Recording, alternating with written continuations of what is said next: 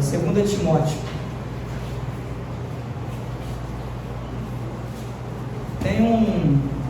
Tem um professor lá no Ibermec lá que está dando aula para a gente agora, o pastor Alessandro. Ele falou que para preparar um bom sermão, que ele aprendeu também, né? Tem que ler pelo menos 50 vezes o mesmo versículo, tem que trazer o contexto histórico, cultural, a aplicação. E eu me vejo hoje no início desse caminho, porque não é fácil, mas o bacana é que quando a gente se dispõe, todos nós temos condições de se dispor, o Senhor ele vai iluminando. Eu não cheguei a ler 50 não, pastor, mas estou chegando, próximo.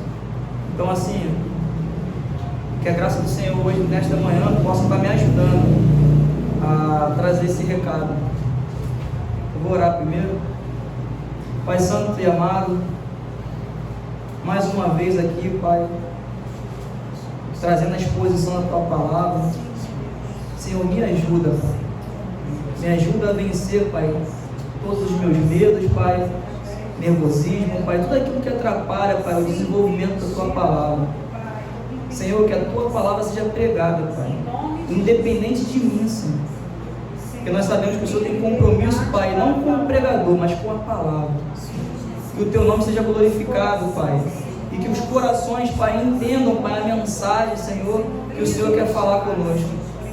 Senhor, em nome de Jesus, Pai, eu te peço, me ajuda. Sem o Senhor não vou conseguir, Pai. Então, Pai, toma presença, Pai, toma o Teu lugar nesta manhã. Em nome de Jesus. Irmãos, eu vou trazer aqui pra gente 4 conselhos que Paulo dá para Timóteo, o jovem Timóteo, pastor jovem Timóteo, no fim de suas vidas. Essa mensagem eu ministrei um pedaço dela no nosso culto da juventude, no sábado anterior, e hoje eu trouxe ela completa aqui, não vai diferenciar muito, mas é para vocês verem o conteúdo que nós ministramos no culto da juventude. E esses conselhos foram para aquela época, esses conselhos foram para aquele cenário, mas vocês vão ver que nada mudou, só mudou algumas circunstâncias. E esse conselho que Paulo deu para Timóteo serve para todos nós hoje. Amém? Então a gente vai ler 4 versículos separados, porque é uma introdução de 2 Timóteo. O primeiro versículo é 2 Timóteo 1,14. 2 Timóteo 1,14. A minha Bíblia é a corrigida, não difere muito, tá? Mas dá para os irmãos acompanharem. Ele diz assim, 2 Timóteo 1,14: guarda o bom depósito pelo Espírito Santo que habita em nós. Primeiro conselho que Paulo dá para Timóteo: guarda o bom depósito. O que seria o depósito? A palavra. Guarda a palavra. O segundo versículo é 2 Timóteo 2,3. Ele diz para Timóteo, 2 Timóteo 2,3: sofre, pois, comigo as aflições como bom soldado de Jesus Cristo. É o segundo conselho de Paulo. O terceiro conselho está em Timóteo 3,14. Timóteo 3,14 diz: tu, porém, permanece naquilo que aprendeste e de que foste inteirado, sabendo de quem o tens aprendido. E o quarto e último conselho, ele está lá em 4,2, capítulo 4, versículo 2. Ele diz que pregues a palavra, instes a tempo e fora de tempo, redarguas, repreendas, exorte com toda longanimidade e doutrina. Então, irmão, guarda o que eu vou falar para vocês aqui. Primeiro conselho que ele dá para Paulo: primeiro conselho que ele dá para Paulo guarda a palavra. Pode sentar, por favor, tá? Guarda a palavra. O segundo conselho que ele dá para Paulo: sofre comigo. O terceiro conselho que ele dá: permanece. E o quarto e último: pregue a palavra. Guardar e pregar tem alguma diferença, a gente vai ver nesta manhã. Então, irmãos, esse texto ele está vindo de uma leitura de um trecho que eu li do John Stott, um homem muito conhecido, considerado o maior exegeta do século passado. Ele resumiu a carta de Timóteo, 2 Timóteo, nesses 4 versículos, e é onde eu queria trabalhar hoje. Irmãos, existe um preço a ser pago pelos pregadores, pastores, líderes e todos aqueles que se colocam diante do Evangelho e se colocam fielmente para pregar a palavra. A história da igreja nos traz muitos exemplos que isso é verdade, ilustrando que o que Paulo diz na mesma carta, aqui no capítulo 3, olha o que Paulo diz no capítulo 3, versículo 12, ele fala: e também todos os que plenamente querem viver em Cristo Jesus padecerão perseguições. Então esse é um cenário de todo aquele que escolhe viver o Evangelho. Nós padeceremos perseguições, independente de qual seja, mas vamos sofrer perseguições. E, como eu já disse, ao longo da história, homens e mulheres sofreram muitas perseguições por expor, exclamar e viver de forma fiel ao Evangelho. Eu não conheço nenhuma pessoa hoje que não desagrada alguém se ela for pregar o Evangelho verdadeiro. Ela vai desagradar alguém. Isso é fato. O Senhor desagradou alguém. E vamos entender um pouco em qual circunstância Paulo dá esses conselhos a Timóteo. Paulo escreveu essa carta em sua segunda prisão em Roma, no ano de 66, 67, depois de Cristo. Dali Paulo sai para o martírio. Paulo ele já entendia que ele seria morto. Paulo em nenhum momento na segunda carta de Timóteo ele ora para o Senhor o livrar da morte, assim como ele fez na primeira prisão de Roma. Então o que ele faz? Ele já entende que ali é o fim da linha para ele. Em sua primeira prisão, quem estava por trás da primeira prisão? Eram os judeus. Os judeus entregaram Paulo para Roma porque Paulo pregava o Evangelho e Paulo anunciava que Jesus Cristo era o Messias, Filho de Deus. Então acontece que a primeira prisão, o motivo e causa da sua prisão foi essa, foi por ele pregar o Evangelho. E a segunda prisão de Paulo estava por trás a máquina do Império Romano. O Império Romano simplesmente pega Paulo, eu vou chegar num assunto, ele na primeira vez ele é preso como um apóstolo de Cristo por pregar, e agora ele está sendo acusado de incendiar Roma. Incendiar Roma e também ser tratado como um malfeitor, como no versículo 2:9 fala.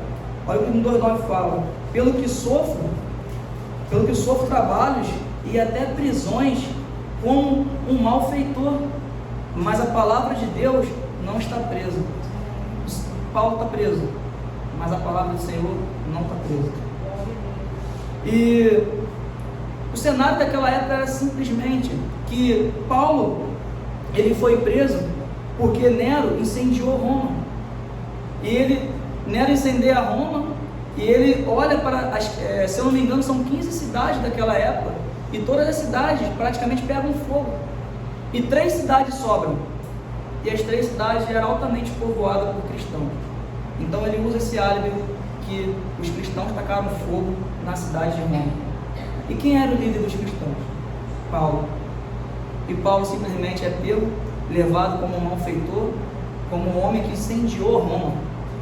E era um cenário de perseguição, um cenário doloroso, um cenário no qual as pessoas passavam na rua e viam a rua iluminada com tochas humanas. Os crentes, todos eles pendurados no madeiro, queimados vivos, e era um cenário de horror, um cenário de tristeza, um cenário no qual colocava medo em qualquer pessoa, inclusive aqueles que estavam firmes em Cristo. E Paulo sabe dos rumores do que estava acontecendo na cidade. E mais adiante ele fala que Paulo estava preso como um malfeitor, como alguém que cometeu um crime grave.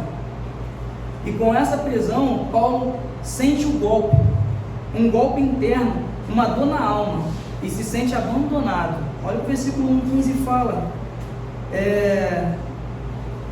bem sabes isto, que os que estão na Ásia, todos se apartaram de mim, entre os quais foram Figelo e Hermógenes. Ele cita sobre os irmãos que estavam junto a ele ali e se afastaram dele. Não sei o motivo, não sei se foi por causa da perseguição, só sei que Paulo ele relata que ele se sentia sozinho naquele momento. E a gente vai dar mais adiante, com tamanha perseguição, os cristãos sendo queimados, como eu já disse, virando postes humanas, muitos se acovardaram, muitos recuaram e deixaram Paulo por sua própria sorte. Inclusive, seu filho na fé, Timóteo, foi advertido para que não se envergonhasse de Paulo e nem da fé. Olha o que o versículo 1:8 fala: portanto, não te envergonhes do testemunho do nosso Senhor, nem de mim, que sou prisioneiro seu. Antes, participa das aflições do Evangelho, segundo o poder de Deus. Se Paulo fala para Timóteo não se envergonhar dele, é que Paulo percebia uma fragilidade. Então, é muito complicado. Eu lembrei até de Pedro, quando o Senhor fala com Pedro, e Pedro diz que não vai negar ele e acaba negando. Aqui é um cenário totalmente diferente, claro, mas a questão toda é que Paulo, ele de fato, ele percebeu que a igreja foi estremecida, os irmãos foram estremecidos com tamanha perseguição. E ele pede a Timóteo, não se envergonhe de mim e nem do Evangelho. Antes, participa das aflições, entra no meio. Então Paulo ele faz esse pedido a Timóteo: participa das aflições. Por nível de introdução, essa é o cenário grotesco que estava acontecendo. A situação de Paulo está tão ruim que não houve nem sequer uma defesa, e com isso deram vários e vários mais motivos a condenar. Hoje, o maior criminoso que seja, por maior criminoso que seja uma pessoa, ela merece, ela tem direito a uma defesa. Nem isso Paulo teve naquele momento. Olha o que fala no capítulo 4, versículo 16. Ele diz: ninguém me assistiu na minha primeira defesa, todos me desampararam, que isto lhes não seja imputado.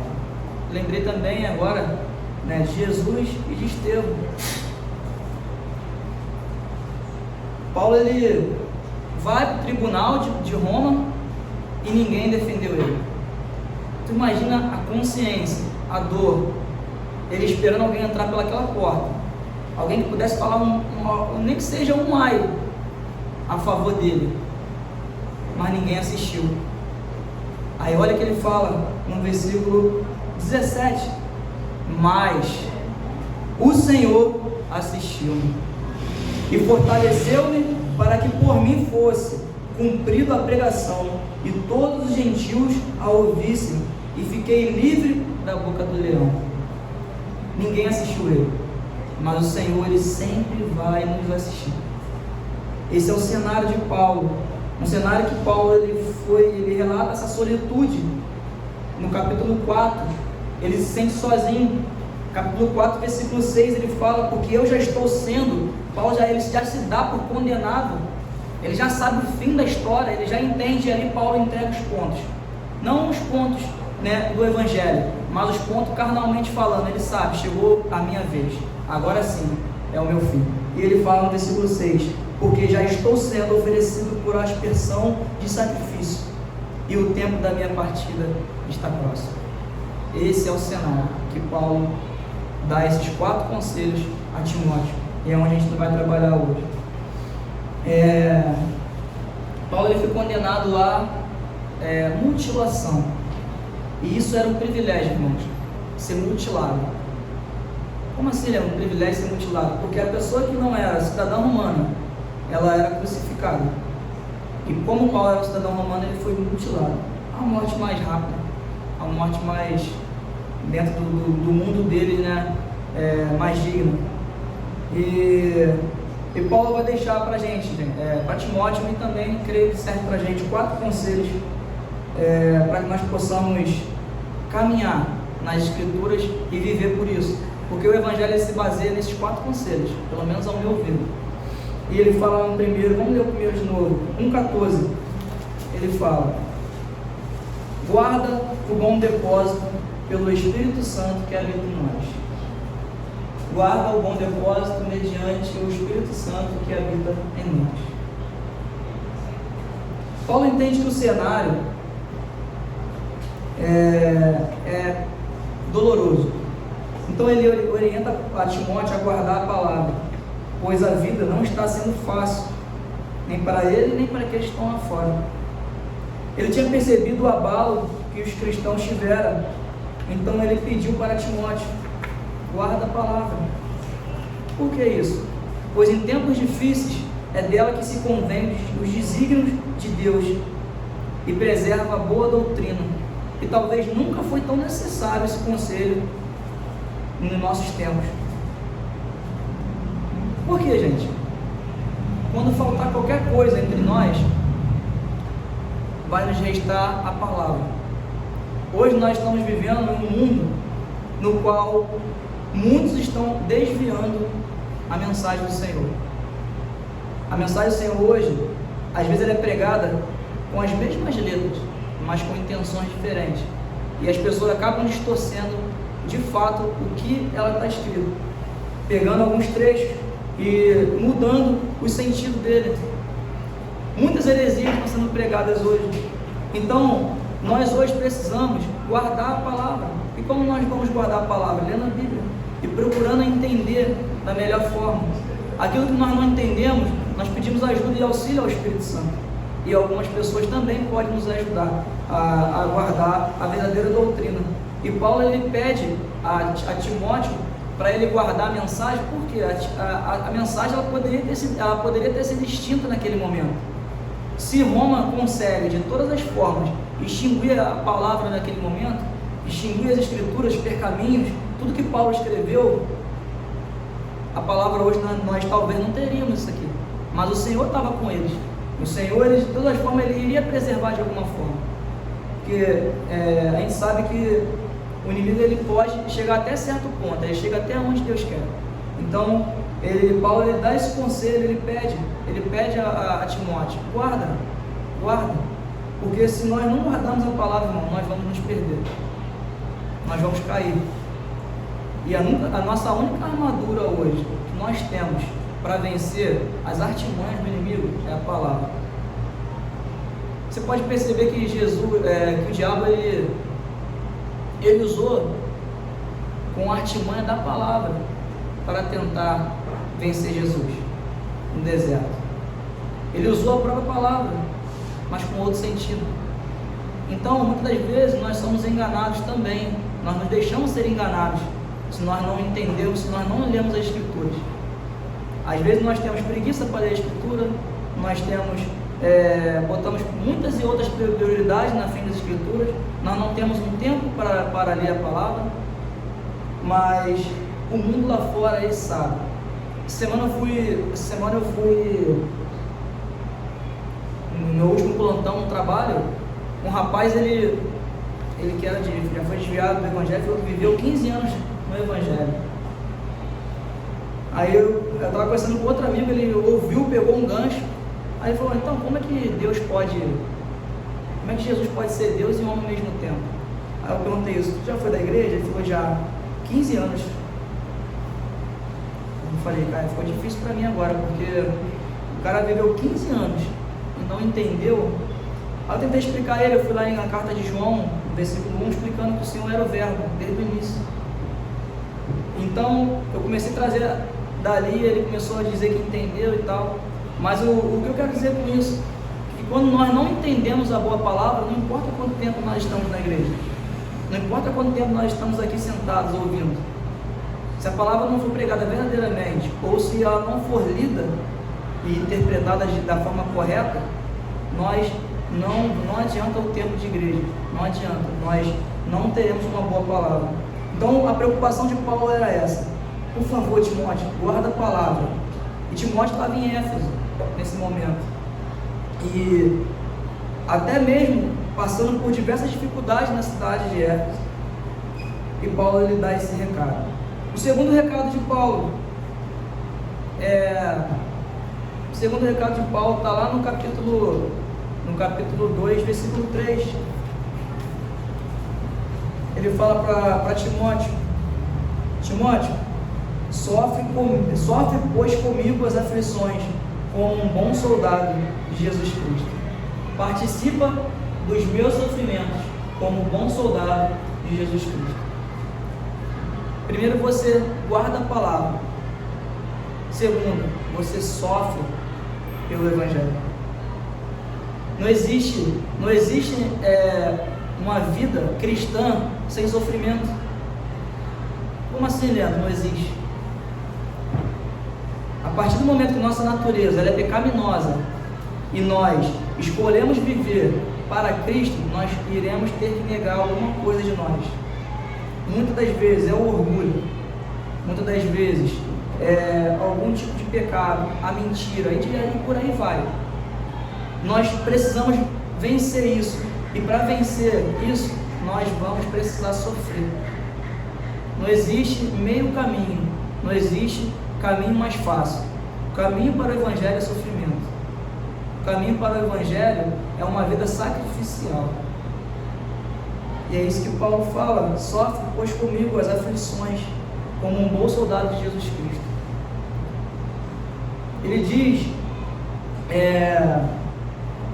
diz assim no capítulo 2, versículo 1 e 2: Tu, pois, meu filho, fortifica-te na graça que há em Cristo Jesus. E o que de mim, entre muitas testemunhas ouviste, confiam a homens fiéis, que sejam idôneos, para que também ensinarem aos outros. Olha o que ele fala: confiam a homens fiéis, que sejam idôneos, para também ensinarem a outros. Ele fala assim, ele fala para nós passarmos o que aprendemos, com amor e fidelidade, pois somos mordomos dessa palavra. Paulo, em todo momento, ele pede a Timóteo para não guardar a mensagem para ele. Guarda no coração, mas não guarda para você. E tem gente que faz isso muito bem, nunca prega a palavra. Ele pega, não, a palavra tem que ser guardada, literalmente guardada, 7 chaves, mas não é. É para guardar a palavra e ao mesmo tempo, além de guardar, passar a palavra, porque a palavra não é nossa, nós somos mordomos da palavra. Nós precisamos guardar a mensagem na tábua dos nossos corações e ao mesmo tempo ensinar a palavra para aqueles que não sabem. É isso que é o desejo de Paulo. Ele pede para que Timóteo confiasse a mensagem a outros, idôneos, né? A homens fiéis, que sejam idôneos, para que também ensine a outros. Nós, irmãos, temos o desejo de pregar, temos o dever de pregar a palavra. A palavra não é nossa, nós precisamos transmitir a palavra. E aonde nós vamos transmitir a palavra? Em qualquer lugar, em tempo e fora de tempo. E ele diz aqui mais adiante, no 3, no capítulo 3, versículo 3: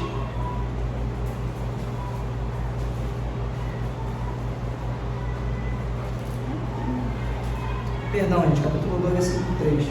Ele fala da figura do soldado. Ele fala aqui, no final, parte B, para que, pequenininho, vamos ver, sofre, pois, comigo as aflições, como um bom soldado. Ele usa essa figura do soldado.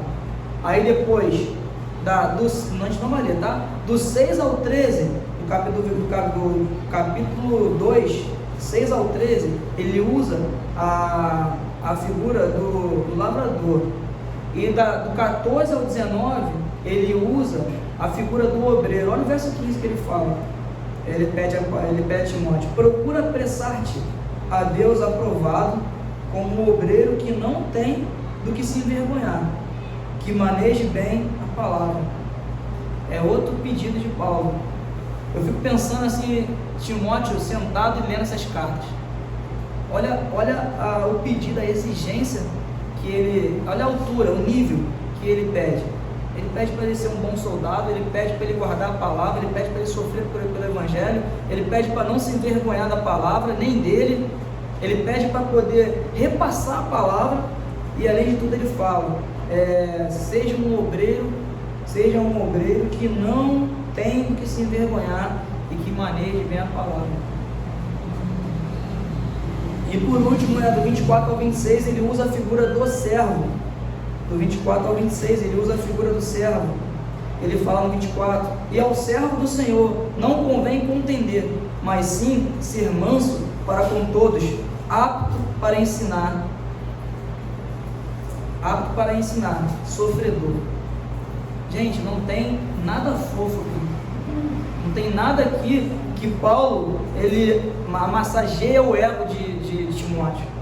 Em todo tempo ele usa essa palavra de sofrimento, em todo tempo ele usa a palavra ensino, em todo tempo ele usa a palavra para guardar, e ele pede a Timóteo, não só ensine, mas ensine com mansidão,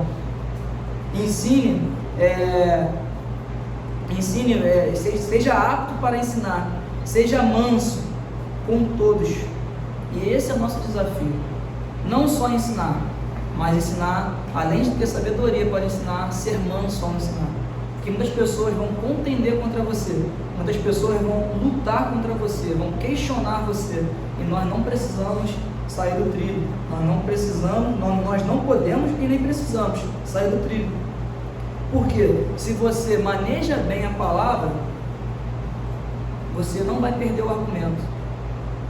Nós ficamos nervosos quando nós não manejamos bem algo. Aí algumas pessoas se exaltam. Então nós precisamos de fato conhecer um pouco dessa mensagem, uma porção, para que possamos transmiti-la.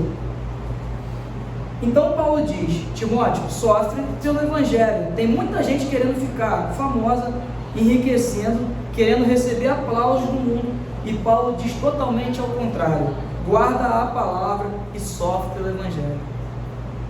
Essa é a mensagem genuína que Paulo nos diz. O terceiro conselho de Paulo, no capítulo 3, versículo 14.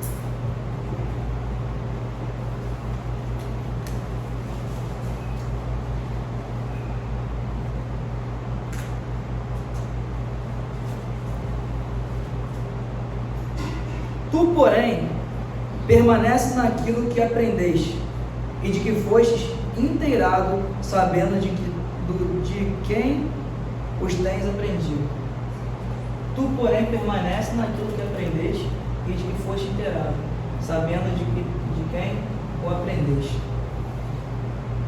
Olha o que ele fala aqui também, para a gente dar cumprimento com isso. No versículo 5: tendo aparência de piedade, mas não negando a eficácia dela, destes, afasta-te. Versículo 10: tu, porém, tens seguido a minha doutrina, modo de viver, intenção, fé, longanimidade, caridade e paciência. O versículo 5, Paulo, ele dá uma exortação para a gente, aqui, trazendo para nossos dias hoje. Eu até falei isso na juventude. Olha do que ele pede para nós nos afastarmos. As pessoas que têm aparência de piedade, mas negando a eficiência dela. O que seria isso? É as pessoas que elas aparentam ser uma pessoa piedosa, amorosa, mas quando chega na prática, elas não são. Então, Paulo ele fala: afasta-te dela, porque ela não é. Então, assim, quando nós de fato somos alguma coisa, a nossa ação, ela precisa andar junto. Porque não tem como eu falar que eu sou uma coisa para vocês, e se a minha ação diz totalmente diferente, se o meu dia a dia diz totalmente ao contrário. Então ele dá essa advertência para Paulo, para Timóteo: Timóteo, afasta-te dessas pessoas que se dizem piedosas, mas não são. Aí depois ele fala para Timóteo: tu, porém, tens seguido a minha doutrina, segue aquilo que eu te ensinei, modo de viver, que tenhamos modo de viver, que tenhamos intenção boas, aqui está só intenção, mas seriam boas com certeza, fé, longanimidade, caridade e paciência. É o que Paulo intercede por Timóteo. Paulo dá esses conselhos porque muitos começaram bem e terminaram mal. Outros começaram com zelo e por fim relaxaram. E muitos olharam para trás, largando o arado. Então ele pede para que Timóteo tenha constância, porque a fé estava sendo abalada naquele momento.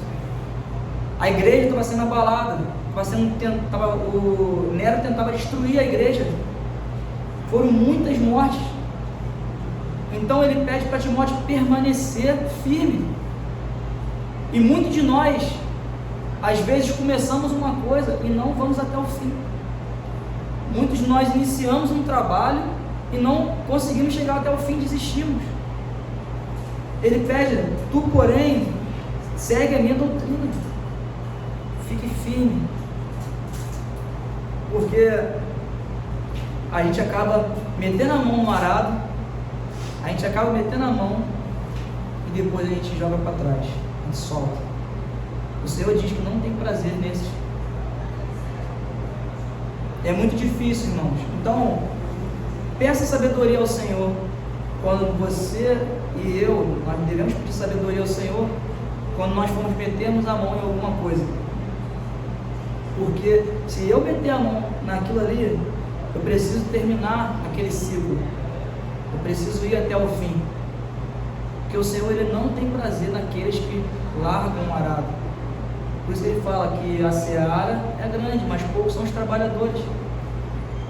Às vezes inicia um trabalho com muitos trabalhadores, mas vai passando o tempo, vai passando o tempo, vai passando o tempo. É igual o seminário. O Bermec, o pastor não pegou no início. Eram cerca de 50 e poucas pessoas na sala de aula.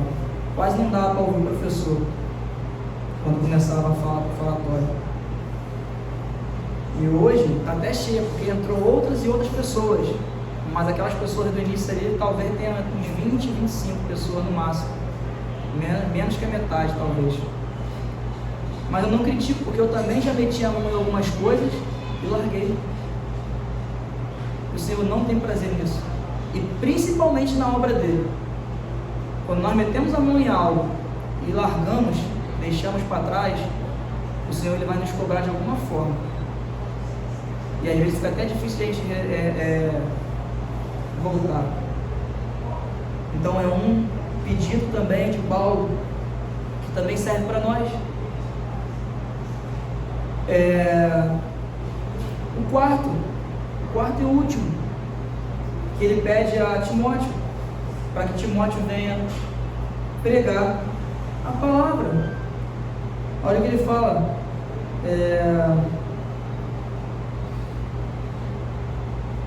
No 4, versículo 2: que pregues a palavra, instes a tempo e fora de tempo, redarguas, repreendas, exorte com toda a longanimidade e doutrina. Vou ler de novo aqui: prega a palavra, insta, quer seja oportuno, quer não, corrija, repreenda, exorta com toda a longanimidade e doutrina, quer seja em tempo ou em fora de tempo. Chegará um momento, hoje está em tempo de pregar a palavra, mas chegará um momento que nós não vamos poder mais pregar a palavra. Olha, aqui no Brasil é tranquilo, a gente vai conseguir pregar sim. Não sei se a gente vai conseguir viver, mas chegará um momento que o círculo vai fechar. E para você pregar a palavra, você vai ter que ser corajoso. Hoje nós temos total liberdade de pregar a palavra, e nós não fazemos. Por isso que lá em Isaías 55, no versículo 6, ele fala: busque ao Senhor enquanto se pode achar, invoca enquanto está perto. Que agora é o momento, hoje é o momento. Vai chegar um momento que nós não vamos poder mais ter essa liberdade de pregar o Evangelho. Assim como nos países aí fora, assim como alguns dos lugares na Europa, assim como na África, na Coreia do Norte, na Índia, diversos outros lugares que nós podemos listar aqui. O Evangelho é altamente proibido. E aqueles irmãos estão lá sendo degolados, decapitados, porque eles não podem pregar. Lá já chegou a época da fora de tempo. Aqui ainda estão em tempo de pregar a palavra. Então ele pede a Paulo, pega a palavra. Aí, no versículo 3, ele complementa aquilo que eu acabei de dizer. Porque virá tempo em que não sofrerão, porque virá tempo em que não sofrerão a sã doutrina, mas tendo comichão nos ouvidos, amontoarão para si doutores conforme as suas próprias concupiscências. Será que existe isso hoje aqui no Brasil? Vamos botar no Brasil, vamos botar no... Será que existe hoje as pessoas que estão pregando as suas próprias doutrinas? Então não está muito diferente de Paulo. Parece que Paulo viu o futuro, né? Mas é o Evangelho hoje distorcido, onde pessoas hoje não aceitam a verdadeira doutrina e falam: vou mudar essa palavra. Essa palavra era para aquela época. Então eles querem hoje distorcer, mudar o que o Senhor deixou escrito para nós. Vou mudar, porque aqui não combina mais. Hoje vai ter uma Bíblia para determinado tipo de categoria de pessoas. Hoje vai ter uma Bíblia para determinado tipo de etnia. Não, gente, a Bíblia é uma só. A Bíblia já foi escrita, já foi canonizada. A Bíblia é a palavra de Deus. Queira você ou não, a Bíblia é a palavra de Deus. Quando você quiser ouvir Deus falando, leia a Bíblia, porque ela é a palavra de Deus. Então é isso que nós precisamos entender. Aí Paulo ele fala que você vai dar comichões no ouvido dele, dar coceira no ouvido dele. É o que dá hoje quando você abre um YouTube e você quer pesquisar alguma coisa e você acaba entrando em alguma pesquisa e ouve aquela pessoa falando e dá agonia de ouvir, porque você está percebendo, você precisa entender, julgar aquela palavra, e você percebe aquilo ali, chega a dar coceira nos teus ouvidos e você pega, troca logo. Por quê? Porque dá comichão nos ouvidos. São pessoas pregando a sua própria doutrina, são pessoas pregando ego, porque é muito fácil a gente encher a igreja hoje, é fácil mesmo encher a igreja. É só pregar o que as pessoas querem ouvir. E ele fala mais: Deus não tem compromisso com o pregador, e sim com a palavra. E por isso que temos que pregar expositivamente a palavra, para e não aquilo que eu acho, e sim o que Deus diz, porque o que Ele diz é poderoso, é eficaz, é inerrante, é infalível e é inspirador. Além disso, é penetrante em nossos corações. Olha o que ele fala no 3, versículo 16. Toda a Escritura, divinamente inspirada, é proveitosa para ensinar, para redarguir. Não sei nem o que está escrito, pode ler. Toda a Escritura é inspirada por Deus e útil para o ensino, para a repreensão, para a correção e para a educação na justiça. Toda a Escritura. Hoje você percebe que muitas coisas do direito, ela vem da Bíblia, vem de algum fundamento da Bíblia. Por quê? Porque ela também, até nisso, ela serviu. E ele não fala que é a metade da Escritura, ele fala que é toda a Escritura. Então nós não temos o que acrescentar, nós não temos o que tirar. O curso que eu fiz online, gratuito, do Simon Trust, né? Nem sei se é esse o nome, eu não sei falar inglês, mas é basicamente isso. Ele fiz um curso de pregação expositiva. E o John, ele entra com o John MacArthur, a primeira coisa que ele começa falando sobre um peixe chamado fugu. Não sei se os irmãos já ouviram, é um peixe que tem muito lá no Japão, naquela região asiática. Um peixe, é um dos peixes mais caros que existe. Esse peixe fugu, para você preparar ele para alguém comer ele, você precisa ter, parece que é no mínimo 4 anos de experiência como chefe de cozinha. Por que isso? Porque esse peixe, ele é altamente contaminoso. Ele tem uma linha de corte que, se ele cortar errado o peixe, ele libera toxinas e essas pessoas morrem por causa daquelas toxinas. Então o preparador, o chefe, ele precisa cortar o peixe na linha certinha ali, ó. Porque se ele cortar um pouco para cima ou um pouco para baixo, ele mata as pessoas. E é exatamente por isso que o John ele usou esse exemplo, porque é exatamente isso hoje. A Bíblia é da mesma forma, a Escritura e a palavra, a pregação é a mesma forma. É o peixe. Se você cortar ele, se você cortar a palavra um pouquinho para cima, acrescentando aquilo que você acha, você mata as pessoas. Se você retirar um pouquinho daquilo que a Bíblia diz, você também mata as pessoas. Então a Bíblia tem que ser cortada da forma correta. Porque se nós tirarmos, ou se nós acrescentarmos aquilo que nós achamos, nós iremos pregar um falso evangelho. E é isso que nós somos advertidos quanto a isso. E ele fala mais adiante: pregue a palavra. É a ordem de Paulo, é a ordem que Paulo dá a Timóteo, é a ordem que Paulo deu para mim e deu para você. Pregue a palavra. Que Deus nos ajude, onde essa geração e muitas igrejas se desviarão da sã doutrina, desviarão da verdade e perderam o temor ao Senhor. E para finalizar, esse era o cenário de Paulo, um cenário caótico, um cenário triste, um cenário de amargura, mas Paulo ele jamais esmureceu. Ele fala: eu estou preso, mas a palavra não. E a igreja, uma vez eu não lembro quem falou, a igreja cresce quando o pastor está preso. A igreja mais cresce quando o pastor está preso. Entendeu? Porque a igreja é onde foi quando Paulo e Silas estavam na prisão. Então, irmãos, exatamente isso. Às vezes nós precisamos ser um pouquinho limitados. Porque se nós tivermos muita liberdade, nós vivemos da forma que nós achamos. Nós precisamos estar ali, ó, porque nós somos errantes. É igual ali as ovelhinhas, se demora ela foge.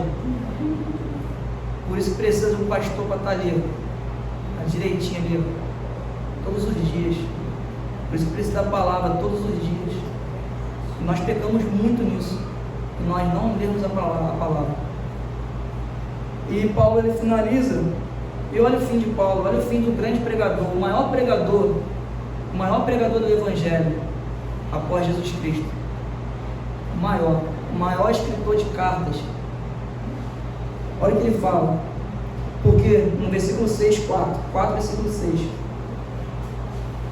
porque eu já estou sendo oferecido por aspersão de sacrifício, e o tempo da minha partida está próximo. Combati o bom combate, acabei a carreira e guardei a fé. Desde agora, a coroa da justiça me está guardada, a qual o Senhor justo juiz me dará naquele dia, e não somente a mim, mas também a todos os que amam a sua vinda. É isso que Paulo deixa para a gente. É isso que Paulo solicita a Timóteo. E ele fala para Timóteo: Timóteo, o teu presente, a tua recompensa não está nesta terra. Pare, irmãos, que nós viemos parar de ficar procurando recompensa nessa terra. Paulo ele poderia ter vivido tudo o que ele quisesse viver, e Paulo ele morre de uma forma triste aos nossos olhos. Um homem que era o maior pregador do Evangelho morre degolado, perde sua cabeça, e simplesmente ele vira esse homem aqui que nós acabamos de ler. Nós achamos que por nós estarmos aqui, vindo para a igreja todos os dias, bonitinho, arrumadinho, sem perseguição, sem nada, nós achamos que não há sofrimento. E existe sofrimento. Só não tem sofrimento para aqueles que querem viver da sua própria sorte. Então eles vivem daquilo que eles acham. Mas se nós escolhemos viver, assim como diz Gálatas, agora não vivo mais eu, mas Cristo vive em mim, você vai ter que pagar um preço. Eu vou ter que pagar um preço. E é isso que Paulo diz para a gente: combati o bom combate, acabei a carreira e guardei a fé. Esse é o desejo que nós temos hoje, de completar a nossa carreira, guardar, combater o bom combate, acabar a nossa carreira e principalmente guardar a nossa fé. Amém? Deus abençoe, em nome de Jesus. Pai querido e amado, Senhor, graças te damos, Senhor, mais uma vez. Muito obrigado, meu Pai, pelo cumprimento da tua mensagem, da tua palavra. Senhor, tem misericórdia de nós, ó. Nos ajuda, Senhor, a guardar. Nos ajuda, Senhor, a sofrer. Nos ajuda, Senhor, a ensinar e a pregar a tua palavra. Senhor, é nosso desejo. É o desejo de muitos, ó Pai. Mas para isso nós precisamos, Senhor, sofrer pelo teu evangelho, Pai. Porque o teu evangelho, Senhor, não é simples assim como as pessoas pregam. O evangelho por si só ele é simples, mas nós não somos simples. Nós somos pecaminosos, nós somos caídos, mas o Senhor, Pai, nos livra. O Senhor tem nos dado sabedoria, o Senhor tem tido misericórdia de nós, ó Pai. Independente de nós, ó Pai, o Senhor tem pregado a tua palavra. Assim mesmo, Pai, se nós estamos presos, Pai, em algo, o Senhor não está preso. Então, Senhor, liberta, Pai, nós dos nossos cativeiros, Pai, dos nossos pecados de estimação, Senhor. Liberta-nos, Senhor, a tudo aquilo que nos impede, Senhor, de viver, Pai, verdadeiramente para o Senhor. Não é fácil, nós sabemos disso, o Senhor também sabe. Mas o nosso desejo, meu Pai, é te servir. O nosso desejo, meu Pai, é viver, Pai, o teu evangelho. Senhor, é o nosso desejo ensinar. Que o Senhor, Pai, tenha misericórdia de nós. Que o Senhor nos ajude. Que o Senhor guarde o nosso coração. E que nós possamos guardar o bom depósito. Que nós possamos aguardar a boa palavra. E julgar, Pai, aquilo que é certo daquilo que é errado. Então, Senhor, muito obrigado, meu Pai. Que os corações hoje que receberam estes conselhos, Pai, sejam, Pai, frutíferos. Que venham frutificar, Senhor. As pessoas venham entender, Pai, que o Evangelho não é só vir, Senhor. Não é só sentar, Pai, e voltar para casa. O Evangelho é muito além disso, meu Pai. O Evangelho é muito além da igreja, Pai, das quatro paredes da igreja, Senhor. Nos ajuda, Pai. Coloca desejo em nossos corações de ser um pouco melhor, Senhor. Pai, tenha misericórdia de nós. Muito obrigado por tudo, Senhor. É o que nós pedimos e te agradecemos, em nome de Jesus. Amém. A gente vai orar agora pelo pedido aqui de oração aqui da irmã e os aniversariantes. Amém?